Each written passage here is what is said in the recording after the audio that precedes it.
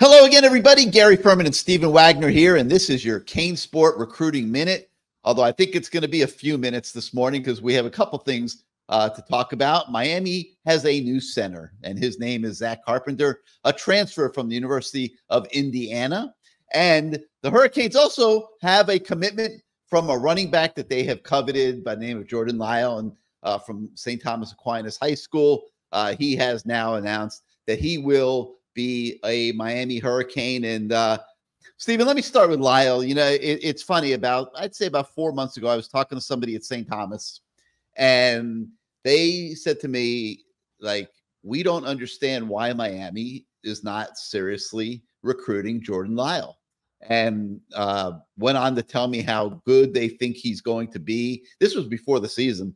And that they felt like Miami was missing the boat. Well, lo and behold, the season begins. Jordan Lyle starts putting up all kinds of crazy numbers for St. Thomas, and Miami jumped in late after he had already committed to Ohio State, okay? And St. Thomas kids go to Ohio State. This has been going on for years. There is a pipeline from St. Thomas to Ohio State. So they were really coming from no place, okay, in this recruitment. And you have to give them a lot of credit, Stephen. They made up the ground over the last several months, and they came on strong here at the end, and they convinced Jordan Lyle, you do not need to go to Columbus, Ohio. Your parents will be able to come see you play. You'll be able to go home and have some home-cooked meals. You're away at school, no different than you were if you were in Columbus, Ohio, but you will have the trappings of attending Miami and being, 30, 40 minutes away from your house. The family bought in. Jordan bought in. Commitment came in 2 days before signing day now. And how big do you feel this Jordan Lyle commit is for Miami? Man, I think it's particularly big just because right now there's also some uncertainty around Kevin Riley. We still don't know if Kevin Riley is going to go ahead and flip to Alabama coming off that official visit to Tuscaloosa, or if he is just going to stay true to the Canes and go ahead and sign.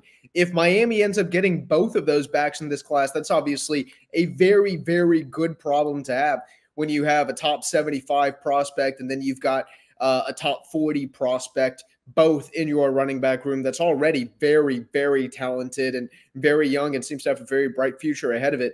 But Gary, just like you said, Miami didn't really seriously recruit Jordan until the start of the season. And it's almost like the season started and then someone at Miami said, why the heck aren't we seriously recruiting Jordan Lyle? Because they really turned up the heat on him. They turned up the pressure on him. Jordan started to feel the love. It became very, very apparent to Jordan that Miami really wanted him. And his teammates were making it clear that Miami really wants him. And when I say his teammates, I'm talking about the three other St. Thomas kids that are committed to Miami. I'm talking about Ryan Mack, I'm talking about Chance Robinson, and I'm talking about OJ Frederick. Those guys turned up the heat on Jordan as well. And we knew at the start of the day Monday that Miami definitely would have a chance. We just didn't know if the announcement was going to come Monday or Tuesday. The announcement ended up coming Monday night, and now Miami for sure is going to have at least one solid running back in this group. Chris Wheatley-Humphrey obviously does play running back as well, but we do think that there is some possibility that he could be used in a bunch of different ways, just because he's much more of a pure athlete than one guy who would just be limited to one pure position. Yeah, and you mentioned Kevin Riley. I'm not feeling really good about that one, which makes getting Jordan Lyle all the more significant because you want a really solid running back in every recruiting class. And Wheatley-Humphrey is a very good high school running back, but probably projects better at the college level as a defensive back. There's a lot of people that I talk to that think he can be an elite corner. So we will see how that one plays out. But I think if there's, this is a happy ending with the commitment, but at the same time, I think one place where Miami can improve as it goes into the next cycle is maybe a little bit of a better job of evaluation on these local kids. And you don't want to be chasing from the rear. And there's another one that could commit, hopefully as soon as today, a defensive back from American Heritage, Xavier Lucas, who also was a little bit of a late bloomer that Miami wasn't recruiting until he got into his senior season and they saw how well he was playing. hopefully that's going to have a great ending for the Canes too. He's committed to Wisconsin, just like Jordan Lyle was committed to Ohio State. So in the next cycle, Miami, I think, is going to want to be out ahead of all this. And I think that, Stephen, you would agree that we're seeing a little bit of that as we look ahead to 2025 and even 2026. They seem to be trying to get out ahead a little bit better on some of these local guys. But that's certainly an area where Mario Cristobal can look to improve. Now, wanted to talk about Zach Carpenter real quick. This guy's nuts, okay? I'm just telling you flat out. This guy has played a lot of football. He is a werewolf out there.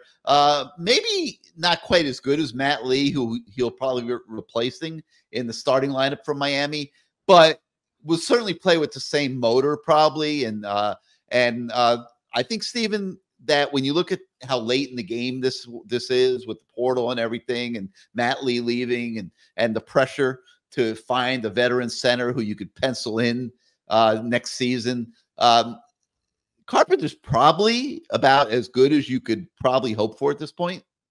Yeah, I 100% agree. Veteran centers really aren't that easy to come by, especially because the center position in and of itself, it's a very cerebral position.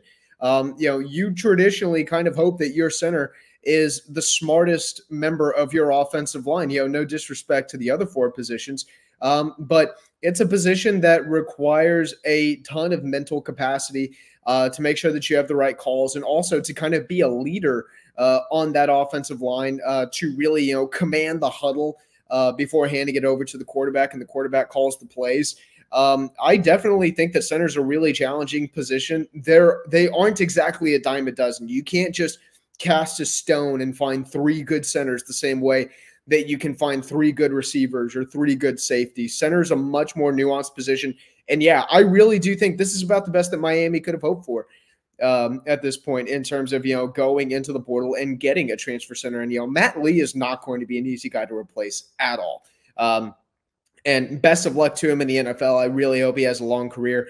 But I mean, it does kind of sting losing, a guy who wasn't only as good as he was physically, but also was as much of a leader as he was on that offensive line. So Zach Carpenter, I do really think that he is the best option that Miami probably could have gotten at this point.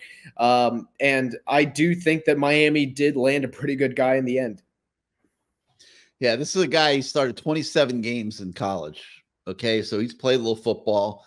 And I don't know if blindsided is the right word, but I think they expected Matt Lee. There was a decent I think they felt there was a decent chance they could get Matt Lee to stay. And when he made it clear he was leaving, I think they were caught a little bit off guard, and they had to hit the portal really fast. And I think getting Zach Carpenter is a really good job by the personnel department at the U. All right, we will keep you guys up to date on everything going on as we now count down the hours towards the early signing period, which really is the signing period.